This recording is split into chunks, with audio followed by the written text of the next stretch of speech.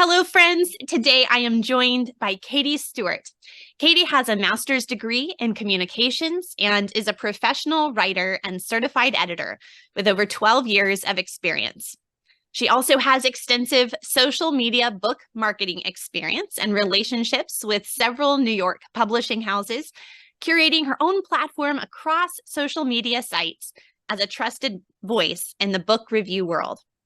At Owl's Nest, Katie is the COO and managing editor, as well as one of their classics authors. She is also a lifelong reader, and it wasn't long into her reading life that she was introduced to Anne of Green Gables. It was true love from the very first. Since then, she has read Anne more times than she can count, and every time she opens the pages, new insights spring forth. And I cannot wait to dive into more Anne of Green Gables talk with you. Like you expressed in your bio, that is a pivotal book in my own life as well. But before we just jump right into Anne of Green Gables, tell us a little bit about yourself and your family, and then kind of your own literary life, even maybe beyond Anne of Green Gables. When did you first consider yourself a reader or a lover of books? So a little about myself. So like you said, my name is Katie. I have been a lifelong reader. My family. So my current family, like my nuclear family now, is me and my husband, Steve, and our three kids. I have a 9-year-old, a 6-year-old, and a 3-year-old, Fox, Wilder, and Marigold. And I like to also think that I am instilling in them a love of reading as well. We do lots of read alouds, although, my experience reading aloud to them in my head is always very magical, and in reality, it's a little bit more chaotic. So that's my family life. I come from a family of also 3 kids. I have 2 brothers, and I'm the oldest.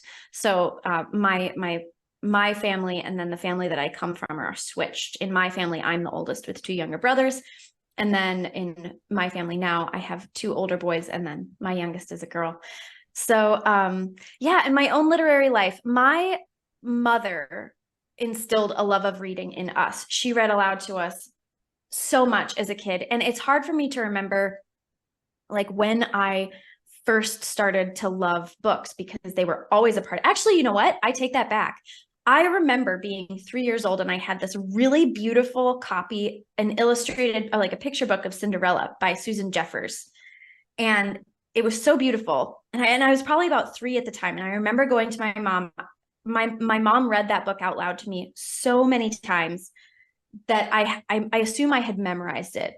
I don't think there's a lot of words, so I don't think I'd actually memorized it. But in my 3-year-old head, I believed that I could read it. And I remember going to my mom very excitedly and saying, "Mom, I can read this book." And I was, I didn't teach myself to read or anything. I couldn't actually read it. But I remember that Susan Jeffers Cinderella book. In my own reading life, I remember the book that I sort of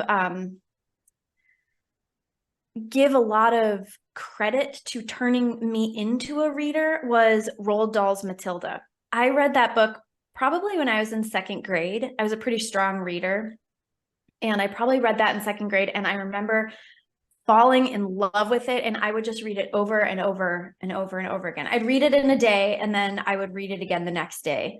So that was like my first bookish love, probably. So it was actually later that I first read was introduced to Anne of Green Gables. The books that my mom read out loud to me, recently she was lamenting that she didn't introduce Anne to me, but she wasn't familiar with it. It wasn't a book that her parents introduced to her. And like with a lot of, I think, classic literature, you're handed those books or read those books too by your parents. So she read Laura Ingalls Wilder to me, and the Chronicles of Narnia, and those classic books, but she didn't read Anne to me. And she just recently, within the last several months, read Anne for the first time and was like, "Why didn't I introduce Anne of Green Gables to you? I feel like I shirked my responsibilities as your mom." And I said, "Well, you know what? I was still introduced to it, so all is well." I was probably about 11 or 12, and it was my best friend growing up or one of my best friends growing up, who introduced me to Anne of Green Gables. Her family had taken a trip to Prince Edward Island, and she came home with these beautiful Anne and Diana dolls. And she was talking about the book and she wanted me to read it. And so I read it, and then she got all of our friend group to read it. And that was my introduction to Anne, and where that love was instilled for Anne was then. So. Oh man, that, it's interesting though, because there's the flip side of it, where I was very young when I first read Anne of Green Gables, read it over and over and over all through my growing up years. I mean, the whole series and everything. And so I was so excited to introduce it to my children that I made the mistake that a lot of, excited moms make with a book we loved as a child. We maybe introduce it a little too young, where then the child is like, I didn't really like that book. And I'm like, yeah, how could you not like this beautiful book? Thankfully, she has read it since and now enjoys it. But yeah, so sometimes it's a mixed bag when you do know and love a book, and then you get a little overexcited to share it with your children. A little too zealous. Yeah, I know. I've thought about when to introduce it to my kids. I actually, so there's a graphic novel version of Anne of Green Gables. I don't know if you've seen it. It's really lovely.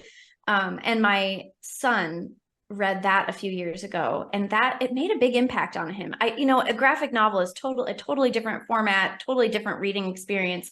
So I'll be interested if he even wants to read Anne as he gets older. We'll see. But yeah, I've thought about when am I going to try and read this book out loud? I don't know. It's always a hard thing. We actually listened to it as an audiobook. And so it was too young for my daughter, but my son enjoyed it at the time. This is probably, maybe 10 years ago or so now. But one of the funniest memories I have as a mom of like reading aloud or listening to an audiobook with my kids is we were driving in the car listening. And it was about to be the chapter, where the tragedy occurs with Matthew. Yes. So I stopped the CD and I was like, okay, guys, I just want everyone to know I had some sensitive kids and people who need some like preparation, right? So I was like, I just want you to know something really sad is going to happen in this chapter. So just be prepared, but it's all going to, we're going to be able to talk about it after. And I was feeling, I know it's going to happen, right? I'm not going to cry. And so as the chapter goes on, I'm like, sobbing uncontrollably. As we're driving in the bank, like I'm going through the teller line, and the teller's like, "Ma'am, are you okay?" I'm like, "You're fine. Matthew died." She looked at me like I was a crazy person. But anyway, it doesn't matter if you know it's going to happen or not. It gets me every time. It's just sad every time. I know. Yeah. So the graphic novel, when my son read the graphic novel, he cried during that scene. Even in the graphic novel, it's very heart-wrenching. Yeah, it's a very human story in many ways. Okay. Well, before we just like completely go off and just tell our favorite memories of Anne of Green Gables, I would love to hear about why you chose to work on this annotated version. So I don't even know if I mentioned this. You have a new annotated version of Anne of Green Gables that's relatively recently been published. And so I want to talk about that, but like, let's first just go back and talk about the author. So can you tell us a little bit about Lucy Maud Montgomery and her life and how this particular title, of course, that we're familiar with, kind of fits into the rest of her life and work? Yes. So so Ella Montgomery, Lucy Maud Montgomery, she liked to be called Maud in her life, spelled without an E. And she made that very clear. I always think that's an interesting connection, because she made Anne very insistent that Anne was spelled with an E. And she was in her own life very insistent that Maud was spelled without an E. So Lucy Maud Montgomery wrote Anne of Green Gables. It was her first published novel. She went on to write, now I'm not going to remember how many books she wrote. She wrote many books after Anne of Green Gables, and in-including 8 books in the Anne series that follow Anne's life and then into her children's lives. I always, in all of her books, in many of her books, she explores very similar ideas, themes, character situations.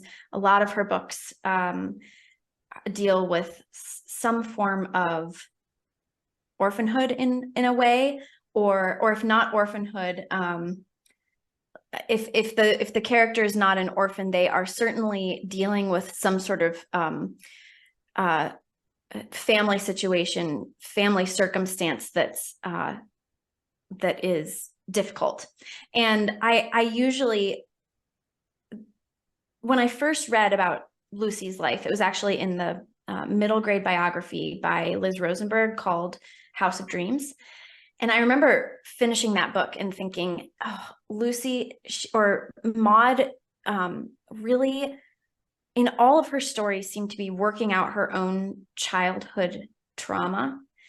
And in a way that it was like she had a hard time reconciling her own life, her own past, her own difficult relationship with her father. Her mother died when she was very young. She lived with her grandparents, who were very strict, very Victorian grandparents, and felt very unloved. She was really sensitive, very dramatic and very sensitive, much also like the characters in her books. And she felt very misunderstood by her grandparents, very unsupported, unloved, whether or not that was actually true.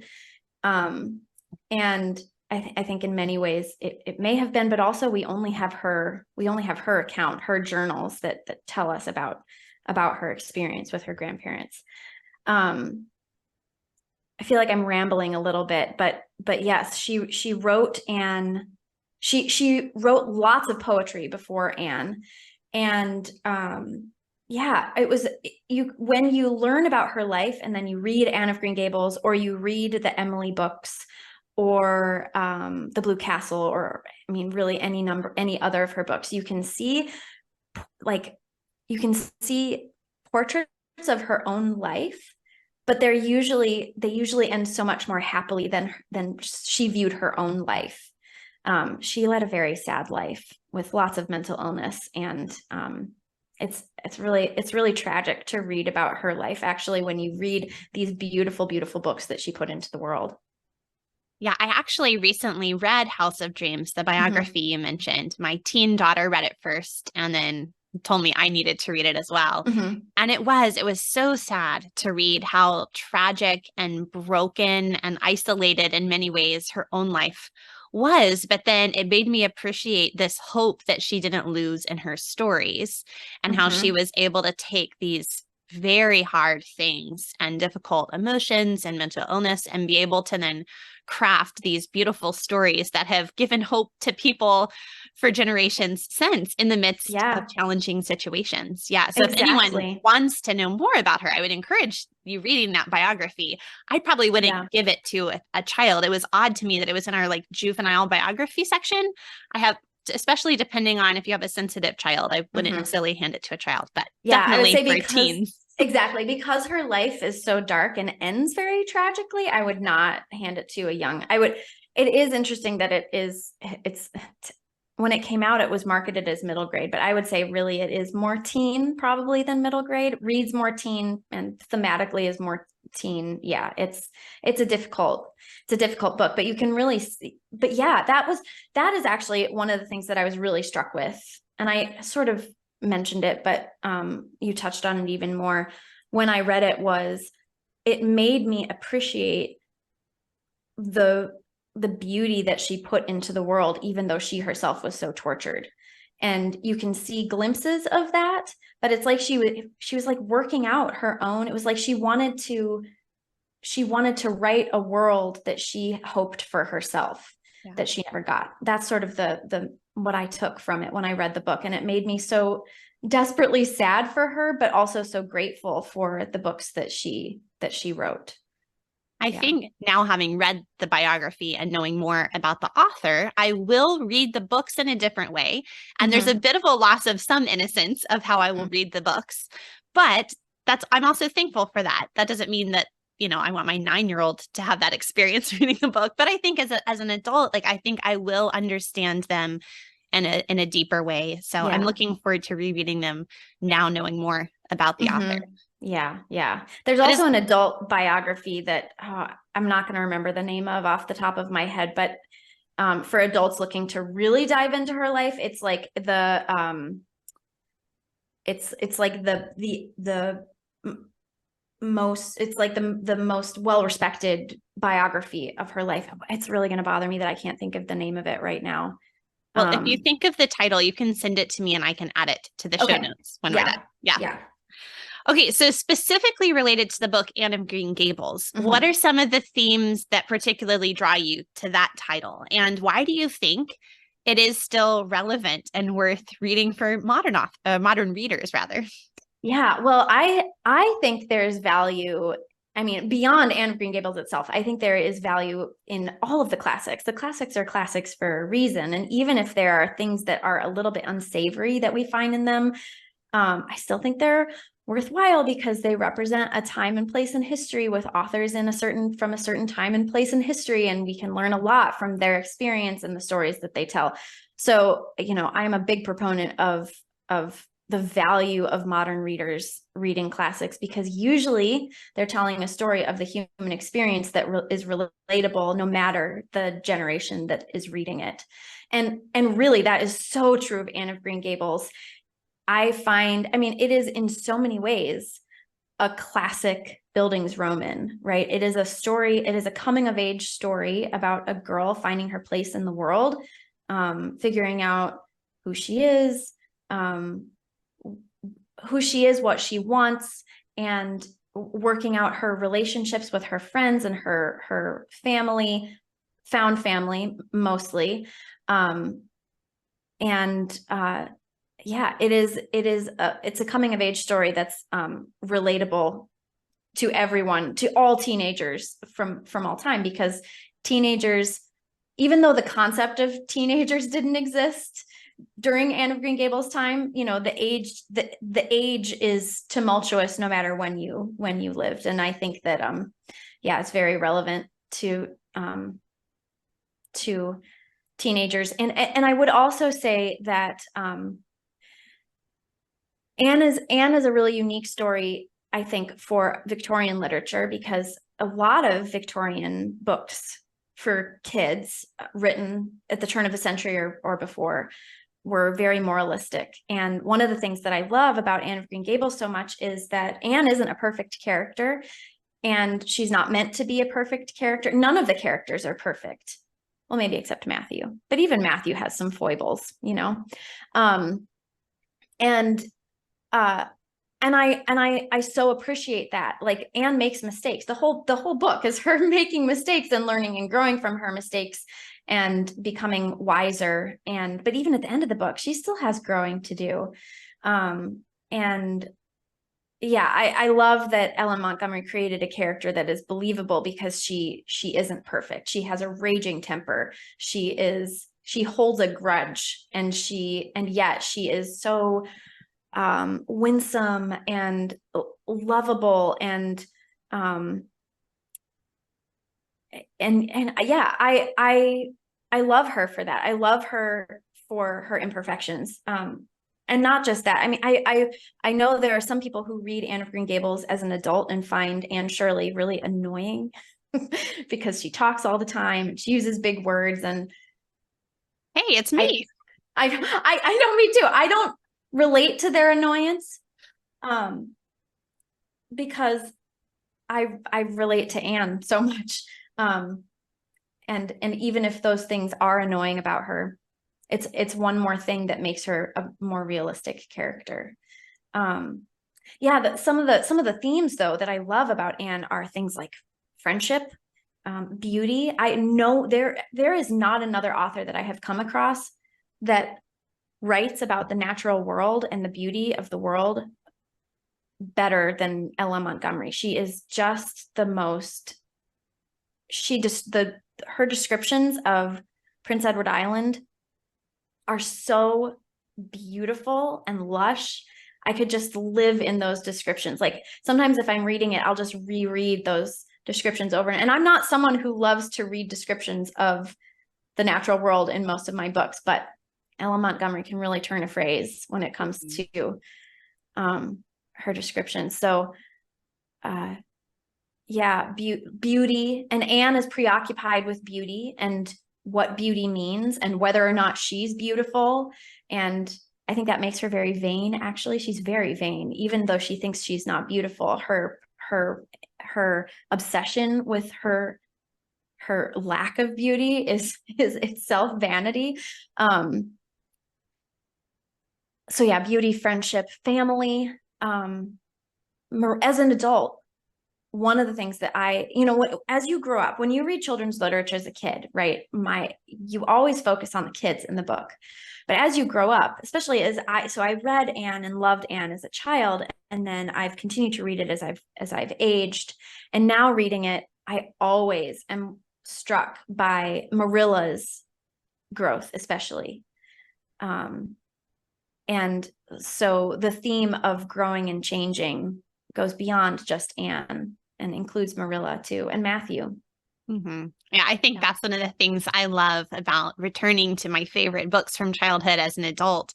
Mm-hmm. Start seeing other characters and what they're going through in a totally different way. The book hasn't changed, but it's almost like a new book because you're a bit of a new person reading it. Right. And Marilla is so much more relatable to me as an older, more grumpy person than she was when I was, a bright-eyed child and saw the world with all imagination and wonder. Yes. And then reading it as a homeschool parent and reading about Miss Stacy and the way she approaches education, I'm like, is Montgomery writing a whole treatise about the nature of education in this book? Why, I think she is. I never picked up on that as a child, but now I'm like, oh my goodness, there's all this other stuff going on that I can understand now. Yeah, it is interesting. I mean, yes, that's exactly right. I love as an adult reading the book with fresh eyes and getting a picture of these other characters that were important to the book when I was a kid, but I didn't relate to them. I didn't think about their journey. I didn't think about Marilla's journey when I was a kid. I thought about Anne. And now as an adult, I think about the journeys that these adults are taking in a much more profound way. Well, I'm going to ask you a question about your annotated edition, but I have to tell you, this is so funny. So my last name is Sloan. And before I got married, one of the first things that came to my mind is I was dating my to-be husband was, I'm going to be a Sloan, not a Sloan, which only someone who's read Anne of Green Gables will understand. But we don't have an E on the end of our name. So my daughters and I are determined we're a totally unrelated family. You're Sloanes without an E. Exactly. Well, so what were some of your goals or reasons, motivations for creating your annotated version of Anne of Green Gables? And what would sort of be the value of this book for someone who already loves Anne or for a new reader? And what exactly is an annotated version of Anne of Green Gables? Right. So actually there are a couple annotated versions in existence already, but they're geared more towards adult readers. And also the ones that I looked at, they didn't feel very engaging or even very fleshed out. Like there are a lot of gaps that even as an adult reader, I would have liked to know more. So when I created it, I created it with that in mind, but also thinking specifically about a younger audience. I wanted to make the book more engaging and accessible for kids and teens who are picking up the book for the first time, who may or may not have a good foundation with the classics, but certainly, I mean, anytime you pick up a classic, the world is different, the language used is different, like cultural references are different. It is not, I think a lot of kids can open classics with a bit of trepidation or uncertainty, thinking that it's going to be too hard or it's not going to be fun to read, or, too challenging. So those were the things I had in mind when I created the annotated classic. So, okay, you asked what an annotated book is, and I totally skipped over that very important part of the question. An annotated book is, as you're reading a book, as you're reading a book that's annotated, it will comment. There'll be a little number by a word or something or a paragraph, and then you look down at the bottom of the page and it'll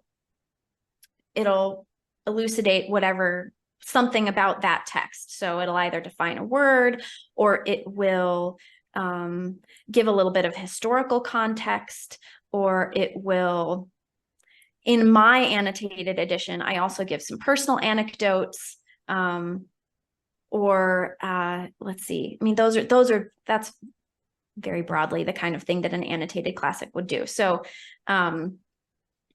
or it'll give like, it'll like, if there's like she references historical events too in passing. So, I will comment on that, or sometimes I'll make connections for the reader, help to say like, this passage is, this is the reason that she wrote this here. It connects to something else in the book, or it connects to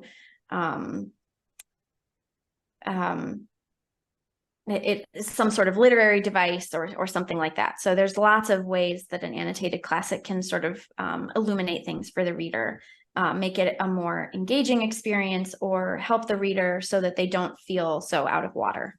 So if someone was new to the book, they could come in and not feel intimidated by maybe vocabulary or references that were unfamiliar. But if they already know and love the book, then they're going to find out all these other little details and kind of Easter eggs that they didn't know were hiding in there. Exactly. So hopefully if a reader is coming to the book for a second or third, or however many times they've read Anne of Green Gables, it will still, an annotated edition, or this annotated edition, will still help to deepen their reading experience and give them some more things to think about. The other thing we did in this annotated edition was include discussion questions. We sort of broke the book. Anne of Green Gables didn't have natural, parts to it, parts 1, 2, 3, so we kind of had to like figure out where to stick the questions. But we offered discussion questions too. So if kids were using it in a homeschool classroom, for example, or using it in a book club or something like that, they would have ways to engage with the book even further. Okay, I just had this vision of like a year or a semester of Anne of Green Gable book club, and everyone could come in puffed sleeves and have lemonade and cookies and read the book. Probably raspberry cordial. Oh, yes. Actually, my in-person book club, we go away for the weekend in the fall when we can. And 2 years ago, we actually did. We had raspberry cordial. We had like the cake with a little sign that said "not made with liniment," and we had like a whole thing. It was very fun. Oh, that's amazing. Very special. Yeah. So this is just one of the titles that Owl's Nest Publishers offers.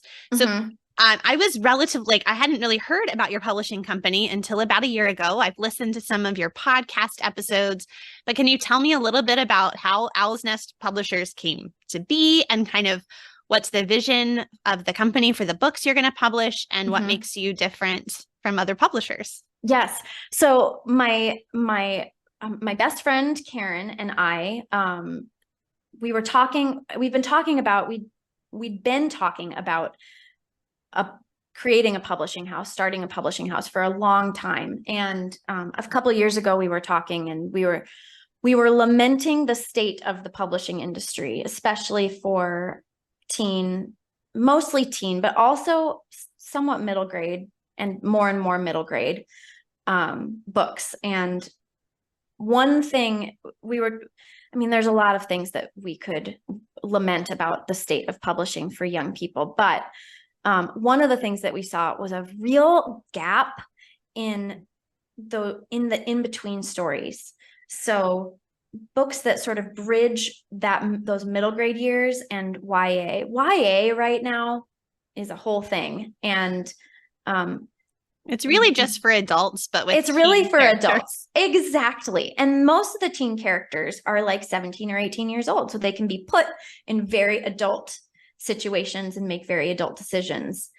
But yes, the audience for YA is not really teens. It's really adults. It's really like 20 and 30-year-old women mostly. And so we were like, well, Karen is an author, and she's written many, many books at this point. And she's very knowledgeable about the industry because she's been part of it in many different ways. She's been independently published. She's had literary agents. She's been on sub with the big publishers. She's independently published her books, so she kind of has experience across the board. And so when we were talking, and as a reviewer and someone who loves books for young people, kids and teens, we were like, well, okay, let's take our experience and just create a publishing company that publishes the books that we want to see for kids and teens, that tell the stories of real teens, that aren't marketed and written for adults, that are written for teenagers. And so that's what we did. And we are very new. You only heard us about a year ago because we've only been around for a little over a year, and we have published a few books. So Anne of Green Gables is the only classic that we've published, but we have more coming. A Christmas Carol is coming out this year, and then Little Women is also coming out in about maybe a year from now. I can't remember when that's going to be released, but the editor is just getting started on that. But we have lots of other books that have come out and will be coming out over the next months. When we started, we had to start somewhere. So we published a couple of Karen's books first before we signed other authors. So now we have lots of outside authors that will be releasing books from. But when we started, Karen wrote, we released some of Karen's books, and then also the classic that I wrote the introduction and annotations for. Great. Okay. I'm glad I hadn't just completely missed it. I was like, how have I missed something this cool? But it's just new and exciting. Yes. So one of the things you mentioned is something I have definitely noticed as a parent. And that's when you go to the library. Actually, I mainly don't take my children to the library anymore, but if you go there and you're willing to brave the shelves, it can be really difficult to know which books are actually age and developmentally appropriate for your children. I kind of found out a long time ago, a YA book I need to pre-read or do some research about before handing to my children. But even with the middle grade, it can just be really difficult to know, is this book worth taking home? So what are some tips you would have for a parent who's wanting to pick a good book? They're doing some research online, or they're at the bookstore, at the library.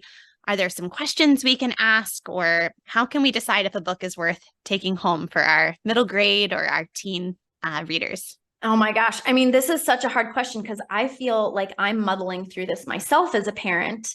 And it's hard when you feel like I don't have time to read every book that I'm handing to my kids. So I do think that, and also like every parent has a different standard too for what they find acceptable for their kids. And every child is different too, right? Like some are super sensitive to one thing and some to another. So I hate giving age recommendations. I know. I do too, actually. And that's one of the things that we have sort of avoided this is how, let me just tell you how we're approaching it at Owl's Nest, because we get a lot of parents who come to us and say, is this book good for my 8-year-old? And we always have to say, that is up to you. Like, we can't tell you what's good for your 8-year-old. Only your 8-year-old. But we can tell you what the content is in the book. Like, what are some of the things that you're going to find in this book? And you get to decide as a parent whether that is something that you want your kids to read or not. So on our website, we have like content descriptions, sort of like, so you get to, and we do have like an age range, right? Like we've actually wondered whether we should get rid of them, because they can be sort of unhelpful sometimes, for exactly the reasons that we're saying. But, we do have sort of age ranges of that we suggest. As a parent, what I do is I just do a lot of review reading, like reading what other people are saying on Goodreads or Amazon or whatever, because you can usually figure out what kind of content is in the book that way, and whether you want. I mean, sometimes it's really hard when you are like at the bookstore or at the library, but I will get out my phone and do reviews, or like read reviews when I'm there, because I don't have time to read the book myself always. And I don't know. It is such a hard question. And I don't know that I feel like I'm an expert at it, but I do know what I would appreciate as a parent. And it is always like those content questions. What am I going to find in this book? And is that appropriate for my kid or our values or whatever? I will make sure to put in the show notes too for this episode a link to a blog post I have, which is essentially a roundup of book lists about books. So I link up a lot of reputable and trustworthy review sites and other places you can go to get lists of books for your children, or kind of do that thing like you would do for a movie, right? Like go to Common Sense Media and kind of scroll through like the quick, like, wait, can we watch this with all the kids tonight? Right. I wish there was a place like that for books. I know, like Redeemed Reader, a lot of friends use that as a good source where they have a ton of book reviews, and there's several others, but I'll link that that list of book lists up in the show notes. Yeah. I also always, I'm sure you've got a list of books, but I love to get recommendations from Sarah Mackenzie as well from Read Aloud Revival. Yeah, that's a great website. And actually, Sarah was a previous guest too. So, was she? I'm so jealous you got to talk to Sarah. I know. I'll put that link in the show notes too. It was a very exciting moment. Oh, Katie, this has been just a delight to chat with you. And I'm excited that other people get to hear about the annotated Anne of Green Gables and Owl's Nest Publisher. I look forward to seeing the books you guys come out with in the years ahead. But here at the end, I'm going to ask you the question that I ask all of my guests. And so it is just, what are you personally reading right now? Oh my gosh. So I am actually right in between books. I just finished reading The Parker Inheritance, which is a middle grade book. So I run a middle grade, I host middle grade March in the month of March with a couple of my other friends, which is like a month-long read along where we encourage people to read, adults and children, to read middle grade books. And then this year we were like, let's extend this and start a middle grade book club. And so the book that we read this month was The Parker Inheritance, which is, oh my gosh, it's one of those genre bending books that, it's a little historical fiction. It's a little bit contemporary because it's dual timeline. It's also a mystery, very based on the Westing game, takes place in the South.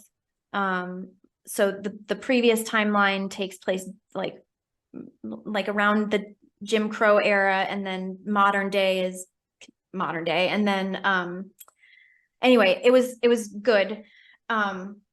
It wasn't a 5-star read, but I enjoyed it.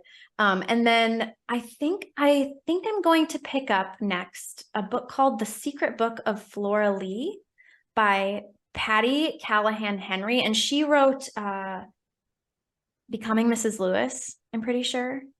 And some other books that have garnered some attention over the last couple of years. This one I think is like her biggest, most popular release probably. And it is also a World War II historical fiction, which I think maybe a touch of magical realism in it, maybe. I'm not really sure. A little bit of magic in it, but it's not a fantasy. It's historical fiction. So we'll see. I haven't even started it yet. Well, if you like that genre, I don't know if you've read anything by Susanna Kearsley, but her books are similar. It's like it's historical fiction. Sometimes there's the dual timeline, and then there's always like this hint of a little bit of not magic, but something fantastic that's happening. Yeah, something fantastical. I know Susanna Kearsley, but I have yet to read any of her books. She's on my shelf, but I haven't read her. But I know I like her. People have told me that I would enjoy her because I like some of that. I really love historical fiction with a little bit of genre bending in it. And definitely check that one out next. Yeah. I will also say, if you have not yet read The Labors of Hercules Beale by Gary Schmidt, it's his newest book. I have it. I'm so excited to read it. Oh my goodness. I read it. I started reading it earlier this week while the kids were swimming. I was crying at the side of the pool. I came home. I finished it that night. It just destroyed me like any Gary Schmidt book will, but just the way he can deal with real human issues, these very dark, difficult ideas, but in a way that is hopeful and true. Actually, come to think of it, kind of similar to Ellen Montgomery. Yes, Gary Schmidt. Yeah. He is, if I were to list my top middle grade authors, Gary Schmidt is right up there at the top. I am so excited to read Hercules Beale. So excited. And he, sort of like Ellen Montgomery, he has dealt with a lot of tragedy in his own life. So Well, I need to get him on the podcast. I can't get Ellen Montgomery because, well, I have a connection if you need it. I would love to talk to Gary Schmidt. My brother went to Calvin College, or I think it's Calvin University now, and Gary Schmidt was one of his teachers. So I have a connection if you need to. Okay, we'll talk about that after. Katie, where can people find you all around the internet? You can find me on, let's see, I have a Facebook, or not, well, I mean, I do have a Facebook account, but it's just connected to my Instagram account. Instagram, I have a very inactive TikTok. I'm also on YouTube. My content is sporadic these days, but everywhere I am is Life Between Words. Wonderful. I will have links to all of those places in the show notes for this episode over at humilityanddoxology.com. Thank you so much, Katie. This was really fun. Oh, thank you for having me.